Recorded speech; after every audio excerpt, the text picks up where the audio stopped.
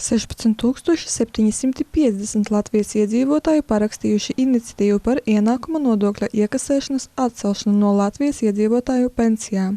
Tādējādi parlamentam būs pienākums izskatīt šo jautājumu un pieņemt lēmumu, varbūt nepopulāru un negaidītu. Taču šajā gadījumā politiķiem būs iedzīvotājiem jāskaidro sava motivācija. Iniciatīvas autors Raivo Jutans uzskata, ka šis jautājums par vecuma pensijas aplikšanu ar nodokli ir jārisina plašākā likumdošanas hierarhijas kontekstā, ņemot vērā visus statistikas rādītājus. Tikai šajā gadījumā Latvijas seniori varēs cerēt uz drošām vecumdienām. Atgādināsim, saskaņā ar Latvijas likumdošanu vecuma pensijas tiek apliktas ar nodokli, ja to apmērs pārsniedz 500 eiro. Latvijas pensionāriem neatliekamais minimums ir 6000 eiro gadā, jeb 500 eiro mēnesī. Tas, par ko runāts jau ilgu laiku, notiks šī gada augusta sākumā. Mēs runājam par kapitālo remontu gaisa tiltam, kas savieno Jaunfurštati ar Maizes kombināta mikrorajonu un Ķīmiķu mikrorajonu. Būvdarbi sāksies augusta sākumā, un turpmāk tilts vairākus mēnešus būs slēgts gājējiem un velosipēdistiem. Remontdarbu laikā tiks atjaunotas tilta balstu un laidumu konstrukcijas, kurās iepriekš tehniskās apskates laikā tika atklātas plaisas. Tāpat pilnībā tiks demontētas esošās kāpnes un uzstādītas jaunas dzelzbetona sijas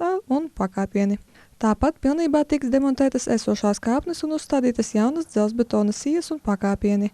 Restaurētajām kāpņu horizontālajām virsmām un hidroizolācija tiks uzklāts arī epoksīda pārklājums. Objekts jānodot eksploatācijā 7 mēnešus pēc līguma noslēgšanas, neskaitot tehnoloģisko pārtraukumu, kas parasti ir ziemā. Jaunfurštates gaisa tiltam ir lausta forma, kopējais garums ir nedaudz vairāk par 200 metriem. Projekta kopējās izmaksas būs 626 335 eiro bez PVN. Iedzīvotājiem būs jāsamierinās ar to, ka apbraucamie maršruti būs likti pa Latgales ielu un kāpnes, kas no ielas ved uz augstāk minēto ceļu, būs Piekrastes ielā. Daugavpilī ir vēl viens sporta laukums. Šoreiz tika atklāts jauns objekts Marijas ielā 1C pie Poļu gimnāzijas izglītības ēkas. Mūsdienīga daudzfunkcionāla sporta laukuma izveides projekts īstenot sadarbībā ar Jāna Oļševska fondu.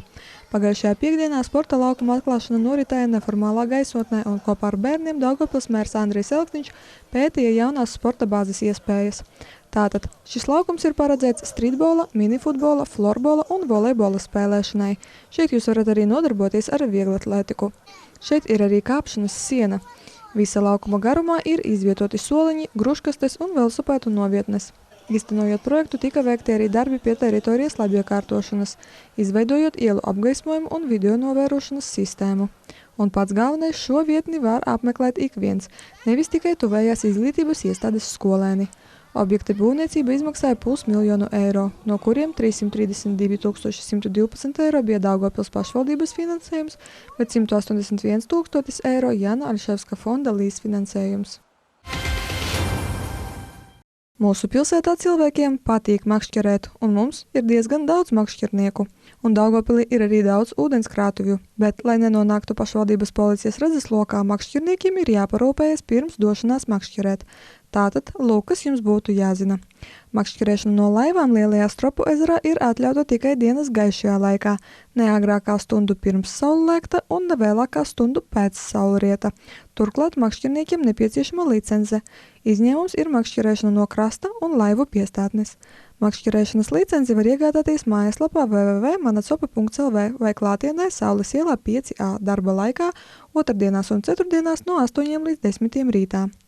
Bezmaksas licences var iegūt personas, kas jaunākas par 16 gadiem, personas, kas vecākas par 65 gadiem, personas ar invaliditāti, politiski represētas personas, piekrastes zemju īpašnieki un viņu ģimenes locekļi, personas, kurām ir noteikts trūcīgo status, personas no daudzbērnu ģimenēm un ģimenēm, kuru aprūpē ir bērns invalīds vai pilngadīga persona līdz 24 gadu vecumam, ja viņam ir pirmā vai otrā invaliditātes grupa, personas, kurām piešķirts ģimenes goda raksts.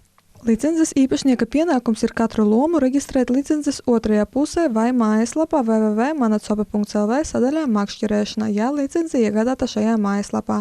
Licence ar ziņojumu jāiesniedz 5 dienu laikā pēc tās derīguma termiņa beigām. Ja ziņojums netiks sniegts, tiks informēti zivsaimniecības aizsardzības un uzraudzības iestādes par konstatēto pārkāpumu.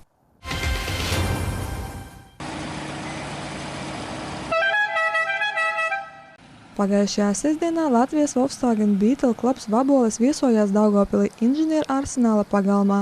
Vaboļu cienītājiem un īpašniekiem tā jau ir tradīcija. Katru gadu visi sanāk kopā un uz 2 dienām dodas ceļā uz kādu no Latvijas nostūriem, lai kopā pavadītu laiku un, protams, parādītu sevi. Šogad izvēle bija Daugavpils un Vaboles ciems. Katru gadu, katru vasaru mēs sarīkojam vienu pasākumu lielo uz 3 dienām. Un tādā veidā mēs apceļojam Latviju. Tā kā katru gadu tā ir pārsvarā cita vietiņa. Tātad, kāda ir šo automašīnu pievilcība, kas turpina satraukt automašīnu entuziastu prātus? Kāpēc interese par vabolēm tikai pieaug gadu no gada? Man personīgi tā mašīna patika vēl no pirmskolas laikiem. Man viņa vienmēr bija tēt, pasties, brauc vabolīti. Un tad, kad es jau sāku strādāt, tad es tā kā trāpīju tieši klubā, un es sapratu, ka es varu dabūt detaļas, es varu uzturēt to mašīnu, un tad es noliku tiesības un nopirku vaboli. Līdz šai dienai daudzi cilvēki ikdienā izvēlas vaboles. Tās aktīvi izmanto gan Latvijā, gan citās pasaules valstīs. Taču, kā atzīmē Aļona Valča, vaboles, kas ražotas pirms 20. gadsimta 60. gadiem, parasti ir izstādes auto un ir apskatāmas muzejā. 60., 70. un 80. gadu automašīnas ir pilnīgi atšķirīgas. Auto turpina braukt pa daudzu pasaules valstu ceļiem, reizēm piesaistot cilvēku uzmanību, kuriem vabole nav vienkārši auto. Tas ir dzīvesveids. Un atkal par nelegālajiem imigrantiem. Pagājušajā nedēļā valsts robežsardzes darbinieki veicot kopīgu operāciju ar valsts policijas kārtības sargiem, Krāslavā apturēja automašīnu BMW 316, kuru vadīja Latvijas pilsonis.